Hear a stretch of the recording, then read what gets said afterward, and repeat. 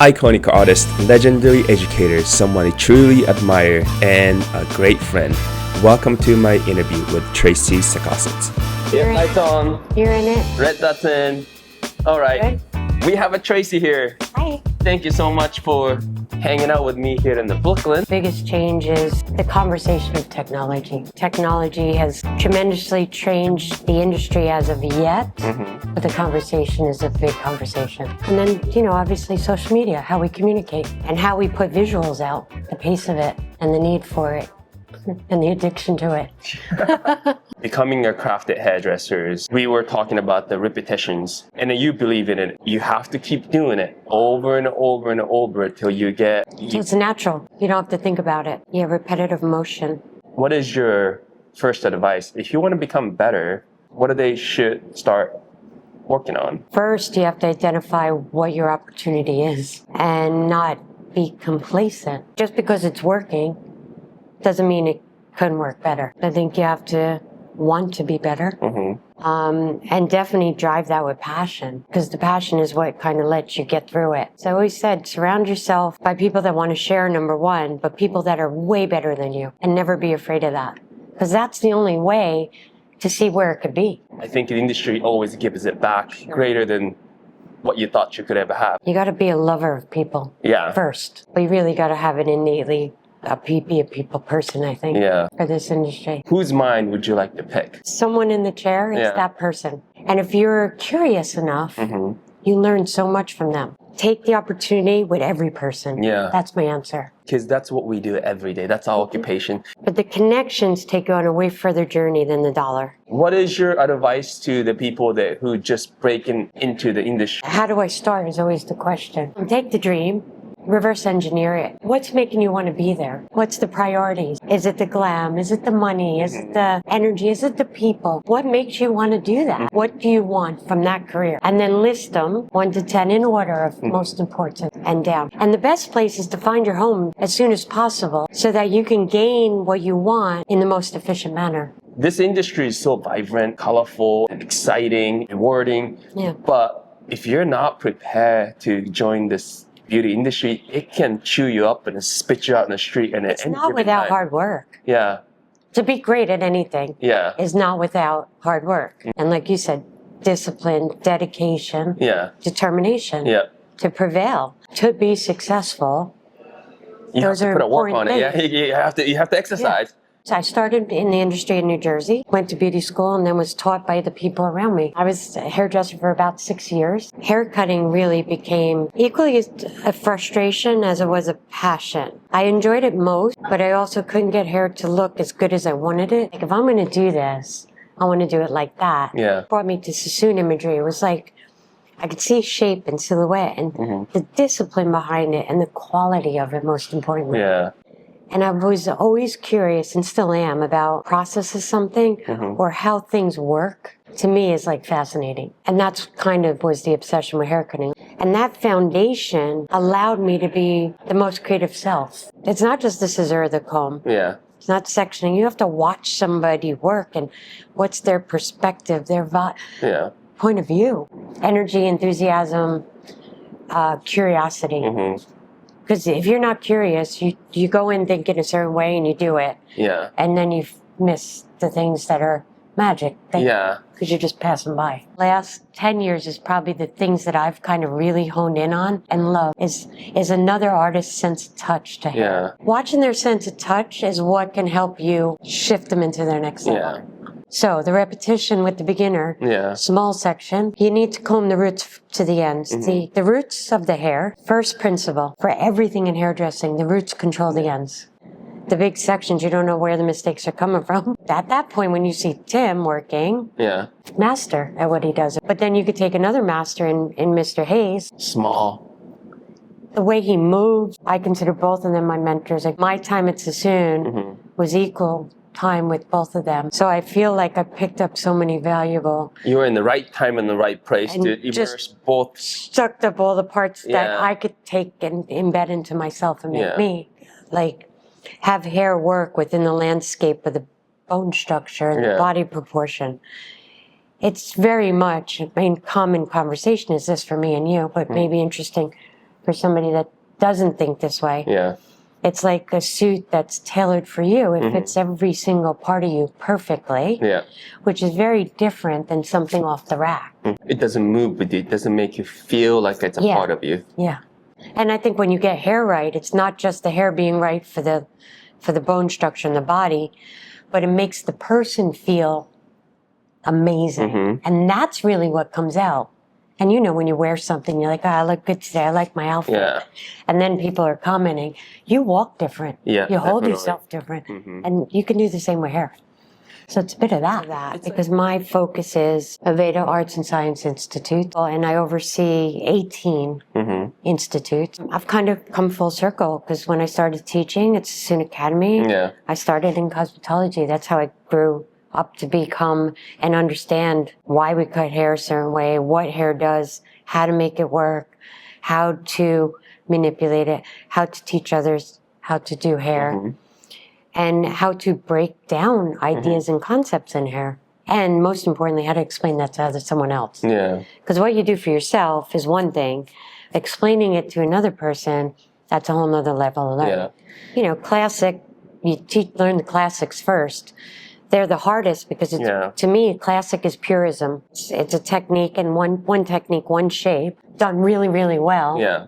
Right length for the right texture on the right person. Yeah. That's when you look at something, you're like, and everybody goes, oh, it's just a bob. Yeah. And you're like, do you know how That's hard the that hardest. is? Yeah. But the reason, again, to go back to your point, the reason you start them on that is it's the repetition. The only way to do a bob really well is the repetitive motion, repetitive touch. But 90% of it is the way you comb the hair, the way you touch the hair, the way you clip the hair, the way The you rhythm, section the hair. It is repetitive motion. Yeah. And if you could do that, and it's very methodical, that's always when you get your best bob. When you're relaxed in it and you're just in the zone. Yeah. And you look up and you keep going and you look up and it's there. The look up part is the hardest things to teach, like in my opinion. Because Like, you're teaching and people are learning. yeah. And when they're learning, they're looking at this. Very tunnel visions. Tunnel vision happens. And I keep telling them, stop looking at just your hands and your hair that you hold on to. You need to step up because at the end of the day, haircut is the silhouette that you're selling, right? Yeah. And so you have to step back and to see what you just did is what you want. Yeah. Because if it's not, you have to approach something else differently. Yeah. But that's why, too, when you come over as an educator and you walk over and you go right to, they're like, how did you see that? Yeah. And I'm like, oh, it's coming from afar. different, yeah. It's a different angle. It's like a camera, right? Yeah. So you also have to teach people how to see when you're teaching them, like if my hands are in hair, where should they stand to see that my words are matching my hand? So there's a process, right? So first it's getting them to manage it. They don't need to see anything else but that. Once then the next level is, okay, you can manage everything. Yeah. Now let's try to get the hands and your sense of touch right. Yeah. Consistent, relaxed. Yeah.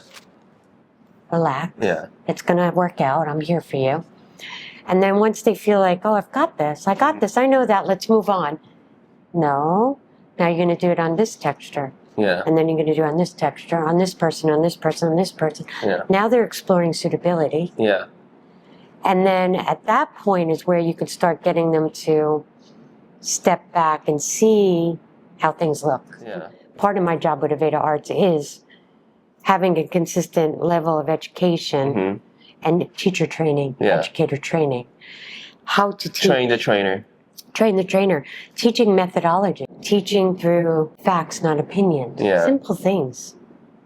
So it's a big job I have right now. Yeah, I know. Go back to your initial question. It's a big job. So she's not taking it anyway. I'm not saying that. No, but beauty school could be a beauty school, but it shouldn't act like one. It should act like a professional environment, like a university would, and the expectations it has. A university is not high school. A university isn't middle school. University is, you're coming into self, get it together. And that's what a beauty school should be. Yeah. But it is adult learning. It's an adult learning environment for you to learn a craft, a discipline, to be a professional. And the goal would be for me, for them to be in the top 10%. I mean, there's everything from there to to that, and most live in the middle, which is a great place. But I'd hope for them to see the top 10% and they wish to get there. I mean, I tell the students, first and foremost, it's fun, it's social, it's creative, it's lucrative if you do the right things. Yeah. You get there, right? Yeah, it's not rocket science. Let's say that. Just and I guess it's within any occupation or career you pick, right? Probably. If you just keep giving, you get something back. That's cool. I love it. It's very entrepreneurial as well, which I never really realized that. When I came into hairdressing, I was like, my aunt owned a salon. She had her own business. She had fun. She was social. She had cool hair. She always had cool clothes, cool cars. Yeah. I was like, "What? I'm having some of that." Like, Sign me up on this. I'm just going to do that. But I didn't really know what it was. Like, I grew up in her salon. Yeah. I was a kid serving tea and coffee and saying hi to people. And I would stand behind the desk and greet people, but I didn't really know what hairdressing was. And until I worked for her. And then she was like, you're going to work reception, this is your job. You're going to do color, this is your job.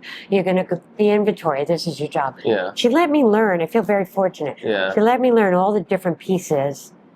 And it always came to the part of being hands and hair that I love most. Yeah. That connection, person in the chair, your hands are in their hair, and you're trying to give them what they want. Yeah. Trying to solve their problems, I guess. And then when I said to her, this hair cutting thing is frustrating me.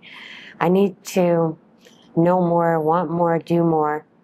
And she's like, go to Sassoon and learn how to be a hairdresser. Okay, learn how to be a hair cutter. That was the point. Yeah. And I was like, really? And I was like, I could go? And she's like, yeah, I'll help you get the interview. And somebody that she worked with for many years that I knew as well worked there.